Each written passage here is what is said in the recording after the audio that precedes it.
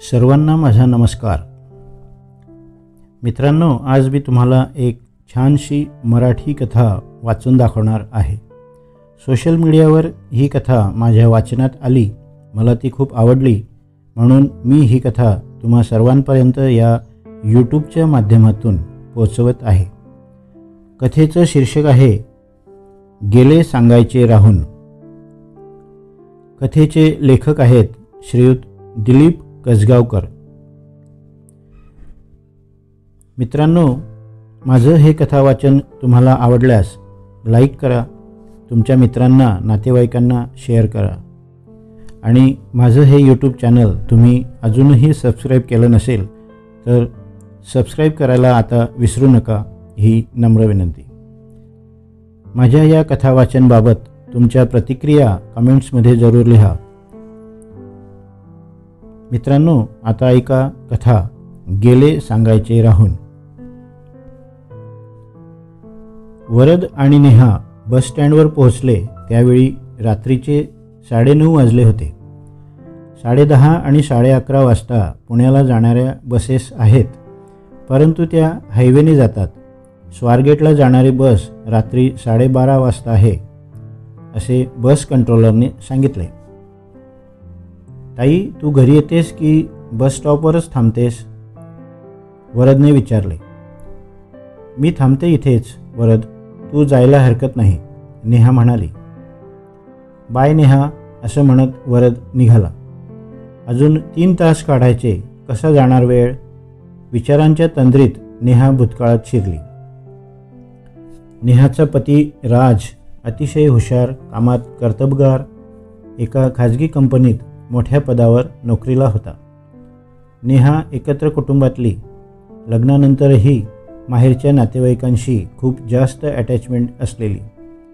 नेहाचा बराचसा वेळ तिचे माहेरचे नातेवाईक आणि मैत्रिणींशी बोलणे आणि सतत येणाऱ्या माहेरच्या नातेवाईकांची बडदास्त ठेवण्यात जायचा. राजला वाटायचे नेहाशी मनसोक्त गप्पा माराव्यात, तिनेही त्याच्याशी बोलावे, त्याची विचारपूस करावी, परंतु काही ना काही कारणामुळे ते घडतच नव्हतं. राजचा मुंबईला उद्योगमंत्र्यांकडून सत्कार झाला. दुसऱ्या दिवशी पुण्याला आल्यानंतर राजने मोठ्या उत्साहात झालेल्या सत्काराबद्दल नेहाला सांगायला सुरुवात केली. तेवढ्यात नेहाच्या बाबांचा फोन आला. नेहा बराच वेळ बाबांशी बोलत होती. फोन ठेवल्यावर नेहा आपल्याला सत्काराबद्दल विचारेल अशी राजची अपेक्षा होती, परंतु तिने राजला एक शब्दही विचारला नाही. राजला कंपनीने उत्तम मॅनेजर म्हणून बक्षीस जाहीर केले. ती आनंदाची बातमी नेहाला सांगताना नेहाच्या भावाचा फोन आला. राजचे बोलणे अर्धवट राहिले. फोन ठेवल्यावरही नेहाने राजला काहीच विचारले नाही. राजच्या शोध निबंधाला राज्य पातळीवर बक्षीस मिळाले, त्याला अनेक प्रमोशन्स मिळालेत, परंतु दरवेळी नेहाचे नातेवाईक किंवा मैत्रिणी आडव्या आल्यात आणि राजला त्याचा आनंद नेहापाशी व्यक्त करता आलाच नाही. विशेष म्हणजे तिनेही राजला स्वतःहून कधीही विचारले नाही. राजची भाषणे, विविध विषयांवरील मार्गदर्शन रेडिओवर नियमित प्रसारित व्हायचे, परंतु नेहाला त्याचा गंधही नसायचा. हळूहळू राजला त्याची सवय झाली आणि त्यानंतर त्याने खूप गोष्टी नेहाला सांगितल्याच नाही. नेहाचे विश्व वेगळे होते. राजशी गप्पा मारण्याऐवजी माहेरचे नातेवाईक आणि मैत्रिणींशी गप्पा मारण्यात, त्यांची विचारपूस करण्यात, त्यांच्याबरोबर फिरण्यात तिला जास्त रस होता. हल्ली घशाला अधूनमधून सूज येत होती, म्हणून राज ENT स्पेशालिस्ट डॉक्टर रीनाकडे गेला. रीना आणि राज 12वी पर्यंत एकाच वर्गात होते. रीनाने राजला काही टेस्ट करायला सांगितल्या. रिपोर्ट पाहून रीनाने सांगितले, राज, हळूहळू घशाची सूज वाढून तुला बोलायला त्रास होईल. सूज वाढू नये म्हणून मी तुला काही औषध देते, त्याचा किती परिणाम होतो ते पाहूया. औषधाचा फारसा परिणाम झाला नाही. रीनाने राजला पुढील धोक्याची कल्पना दिली. हळूहळू बोलणे अवघड होईल, नंतर कदाचित बोलणे बंद होईल. राजने रेडिओ स्टेशनला फोन केला आणि त्याच्या मनात दडलेल्या काही गोष्टी त्याने रेडिओ स्टेशनला जाऊन रेकॉर्ड केल्या. हे राजचे शेवटचेच रेकॉर्डिंग ठरले. रीनाच्या अपेक्षेपेक्षा लवकरच राजचा बोलताना होणारा त्रास वाढला. राज, आता तुला माझ्या हॉस्पिटलमध्ये ॲडमिट व्हावे लागेल, रीनाने सांगितले. किती दिवस? राजने विचारले. रीनाचा पडलेला चेहरा आणि तिने न दिलेले उत्तर राजला बरेच काही सांगून गेले. रीना, माझी तुला एक विनंती आहे. माझ्या दुखण्याच्या तीव्रतेबद्दल तू नेहाला सांगू नकोस. माझ्या आजारपणामुळे तिच्यावर बंधने येऊ नयेत असे मला मनापासून वाटते. दुसऱ्याच दिवशी राज हॉस्पिटलमध्ये ॲडमिट झाला. नेहाही बरोबर आली होती. पुढील 3 दिवस नेहा घरून जेवणाचा डबा घेऊन येत होती आणि बराच वेळ हॉस्पिटलमध्ये थांबतही होती. चौथ्या दिवशी मात्र नेहा हॉस्पिटलला फिरकलीच नाहीत आणि त्याचे कारण तिने फोन करून सांगितले. एका प्रोजेक्टसाठी तिच्या बहिणीची मुलगी ऑस्ट्रेलियाहून आली होती 3 आठवड्यांसाठी. तिला पुण्यातले फारसे माहिती नसल्यामुळे नेहाला बऱ्याच ठिकाणी तिच्याबरोबर जावे लागणार होते. तेव्हा राज तिला म्हणाला, नेहा, काहीच हरकत नाही, मी ठीक आहे. तू आली नाहीस तरी चालेल. जमेल तेव्हा फोन करत जा आणि इथे मी रीनाच्या देखरेखीखाली आहे. माझी काळजी करू नकोस. राजला आता बोलायलाही खूप त्रास होत होता. एके दिवशी राज खूप उदास होता. त्यावेळी रीनाने विचारले, राज, काय झाले? कसली काळजी करतोस? नेहाची आठवण येते का? तिला बोलवू का? रीना, मला नेहाला बऱ्याच गोष्टी सांगायच्या होत्या आणि आता त्या सांगता येणार नाही याचे मला वाईट वाटते. इतकेच ना? रीनाने राजला एक वही आणि पेन देत सांगितले, राज, तुला नेहाला जे काही सांगायचे होते ते या वहीत लिही. हे मात्र तू लगेच चालू कर, कारण पुढील काही दिवसात तुला कदाचित लिहिणेही जमणार नाही. राजने जमेल तसे लिहिणे चालू करून 4 दिवसांनी ती वही रीनाला दिली आणि मी गेल्यानंतरच नेहाला दे असे सांगितले. राज, मला वाटते आता नेहाला आपण सांगितले पाहिजे. तिच्या मनात काही असेल, तिला काही बोलायचे असेल तर ती तुला सांगू तरी शकेल. राजने नकार दिला. तरीही रीनाने नेहाला कल्पना दिली. 2 दिवसांनी बहिणीची मुलगी ऑस्ट्रेलियाला परत जाणार आहे. त्यानंतर मी बराच वेळ हॉस्पिटलमध्ये थांबत जाईल असे नेहाने सांगितले. दुर्दैवाने ती वेळ आलीच नाही. नेहा तिच्या बहिणीच्या मुलीला सोडायला एअरपोर्टवर गेली होती. त्याचवेळी राजने अखेरचा श्वास घेतला. त्या अखेरच्या क्षणीही ती राजसोबत नव्हती. राज गेल्यानंतर रीना नेहाला भेटायला आली. त्यावेळी तिने राजने लिहिलेली वही नेहाच्या स्वाधीन केली. नेहाने वही उघडली. लिखाणाचे शीर्षक होते, गेले सांगायचे राहून. बरीच पाहुणे मंडळी होती, त्यामुळे नेहाने वही न वाचताच कपाटात ठेवली. पुढच्या आठवड्यात नेहाच्या भावाचा सांगलीहून फोन आला.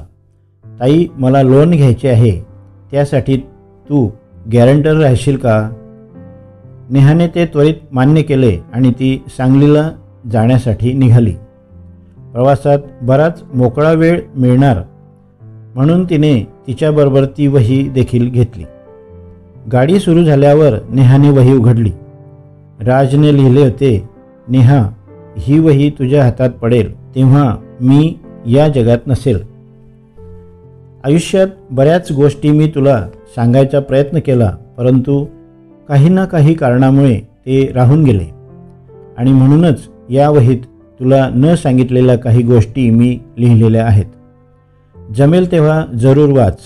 रागावणार नसशील तर एक सांगतो, जग खूप स्वार्थी असतं. इतरांऐवजी स्वतःसाठी जग. थोड्याच वेळात बस थांबली. बसमध्ये काहीतरी तांत्रिक बिघाड झाल्याने कंडक्टरने सर्व प्रवाशांना उतरण्यास सांगितले आणि त्यांना दुसऱ्या बसमध्ये बसविले. दुसऱ्या बसमध्ये बसल्यानंतर थोड्या वेळाने नेहाने पर्स उघडली, परंतु काय ते दुर्दैव, नेहा ती वही आधीच्या बसमध्येच विसरली होती. नेहाला खूप वाईट वाटले आणि ती मनातल्या मनात म्हणाली, गेले वाचायचे राहून. प्रवासात नेहाच्या एका मैत्रिणीचा फोन आला. तिने सांगितले, आज सकाळी रेडिओवर जिजाजींचे अखेरचे ते रेकॉर्डिंग गेले सांगायचे राहून प्रसारित करण्यात आले. अगदी हृदयस्पर्शी ऐकताना माझ्या डोळ्यात पाणी आले. मला तू सांगशील का त्यांनी काय सांगितले ते, नेहाने गहिवरून विचारले. ते रेकॉर्डिंग परवा संध्याकाळी 6 वाजता परत प्रसारित होणार आहे. मी तुला रेडिओचे ॲप पाठवते, तू नक्की ऐक, नेहाची मैत्रीण म्हणाली. बँकेत जाऊन नेहाने तिच्या भावाच्या लोनसाठी गॅरंटर म्हणून सह्या केल्या. रेडिओवरील प्रोग्राम ऐकण्यासाठी ती उत्सुक होती. 5:30 वाजेपासूनच ती पुन्हा पुन्हा वेळ पाहत होती. हॉलमध्ये नेहाचा भाऊ, वहिनी आणि मुलगा टी व्हीवरील मॅच बघण्यात मग्न होते. तेवढ्यात लाईट गेले आणि टी व्ही बंद झाला. नेहाचा भाचा नेहाकडे आला आणि म्हणाला, थोडा वेळ तुझा मोबाईल दे, मॅच खूपच चुरशीची झाली आहे, तुझ्या मोबाईलवर बघतो, असे म्हणत त्याने नेहाच्या हातातून मोबाईल अक्षरशः ओढून घेतला. रेडिओवरील कार्यक्रम ऐकू न शकल्याने ती उद्वेगाने म्हणाली, गेले ऐकायचे राहून. साधारणतः 8 वाजता नेहाचा भाऊ म्हणाला, ताई, बँकेचे काम झाले आहे, तू पुण्याला परत कधी जाणार आहेस? वरद, मला थोडासा थकवा आल्यासारखा वाटतोय, मी 2-3 दिवसांनी जाईन, नेहा म्हणाली. ताई, अगं आत्ताच हिच्या भावाचा फोन आला, तो, त्याची बायको आणि 2 मुलं अमेरिकेहून भारतात आले आहेत आणि ते उद्या माझ्याकडे येणार आहेत. अरे वा, किती छान, खूप दिवसांनी मला भेटतील ते, नेहा आपलेपणाने म्हणाली. ताई, तुला तर कल्पना असेलच, अमेरिकेत राहणाऱ्या लोकांना मोकळं राहायला आवडतं आणि माझं घर तर खूप लहान आहे. भावाला काय सांगायचे ते बहिणीला समजले. मी उद्या सकाळी लवकर जाईन, तू काळजी करू नकोस, नेहा म्हणाली.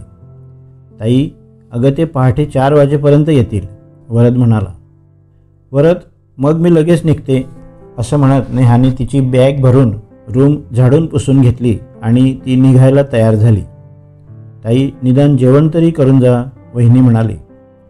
खरं सांगू का, मला भूकच नाही आणि वाटलं तर मी गाडीत काहीतरी घेऊन खाऊन घेईल, नेहाने सांगितले. नेहाला बसस्टँडवर सोडून वरद निघाला. नेहा अजूनही बसची वाट पाहत होती. बरोबर 12:30 वाजता बस लागली. ती पुण्याला पोहोचली त्यावेळी सकाळचे 6 वाजले होते.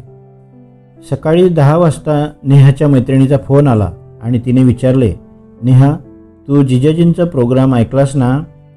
नाही असे म्हणताना नेहाचा आवाज रडवेला झाला होता. ऐनवेळी माझ्या भाच्याने माझ्याकडून फोन घेतला आणि त्यानंतर माझ्या भावाने मला अक्षरशः घराबाहेर काढले, असे सांगताना नेहाला रडू आवरता आले नाही. अगं, याच भावाला मी तुझ्या जिजाजींपासून लपवत अनेकदा पैशांची मदत केली. नेहा, तो प्रोग्राम मी काल संध्याकाळी ऐकताना त्याचे रेकॉर्डिंग केलेले आहे, तुला ते पाठवते, नेहाच्या मैत्रिणीने सांगितले. रेकॉर्डिंगमधील प्रत्येक वाक्य ऐकताना नेहाला हुंदका फुटत होता. तिला जाणवले की राजला तिने कधीच समजून घेतले नाही. त्याच्या हुशारीला, त्याच्या कर्तबगारीला तिने कधीही प्रोत्साहन दिले नाही. साधे त्याचे अभिनंदनही केले नाही. त्याला कोणताही सपोर्ट तिने दिला नाही. हुंदके आवरता आवरता नेहा म्हणाली, राज, तुला खूप काही गेले द्यायचे राहून. राजबरोबर आनंदाने जीवन जगण्याऐवजी नेहा तिच्या माहेरच्या लोकांची काळजी करत बसली. राजच्या आनंदात आनंद मानत ती कधीच जगली नाही. राजच्या शेवटच्या दिवसातही ती राजबरोबर राहिली नाही, तर बहिणीच्या मुलीची काळजी घेत राहिली. आपण राजसोबत सगळेच चुकीचे केले याचा तिला पश्चात्ताप झाला आणि ती म्हणाली, राज, तुझ्याबरोबर गेले जगायचे राहून. पुढच्या जन्मी अशी चूक करणार नाही रे मी. करशील ना माझ्याशीच लग्न. खिन्न मनाने नेहा सोफ्यावर बसली होती. तेवढ्यात वरदचा फोन आला. ताई, लोनच्या एका डॉक्युमेंटवर तुझी सही करायची राहून गेली. तू लगेचच निघतेस का सांगलीला यायला? वरद, अरे तुझे घर पाहुण्यांनी भरलेले आहे, त्यात मी येऊन अडचण कशाला करू? पाहुणे मंडळी गेल्यावर मला फोन कर, मी येईन राहिलेले काम पूर्ण करण्यासाठी. वरद म्हणत होता, ताई अगं तू घरचीच आहेस, तुझी कसली अडचण होणार? आणि माझे घर हे तुझेच घर नाही का? खूप महत्त्वाचे आहे, तू लगेचच निघ. गेले स्पष्ट बोलायचे राहून अशी परिस्थिती येऊ नये म्हणून नेहा जड अंतकरणाने पण स्पष्टपणे म्हणाली, नाही जमणार मला लगेच निघायला. धन्यवाद. एखाद्या कथेवरून बोध घेऊन आपला दृष्टिकोन बदलून जातो किंवा आपले विचार बदलतात, सकारात्मक होतात. अशाच सकारात्मकतेसाठी हे चॅनल सबस्क्राईब करा. या कथा इतरांपर्यंत पोहोचवा, शेअर करा, लाईक करा. नमस्कार.